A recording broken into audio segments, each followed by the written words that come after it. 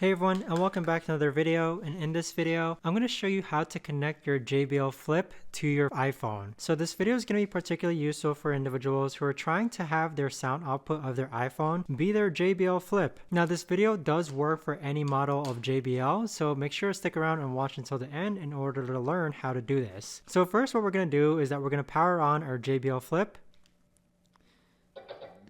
And then next, you want to find the Bluetooth button, which is this button right here. Now, once you find the Bluetooth button, you want to click and hold the Bluetooth button until your JBL enters pairing mode. Now, once it's in pairing mode, you're going to grab your iPhone, unlock it, and then click on settings, and then click on Bluetooth, and then you're going to click and find your JBL Flip. So we're looking for other devices. So give it a couple of seconds for it to be found. And there we have it. Here we have our JBL Flip. So we're just going to click on that. And you should hear a sound notification that it's been connected. So notice how it's been connected. It no longer is blinking blue.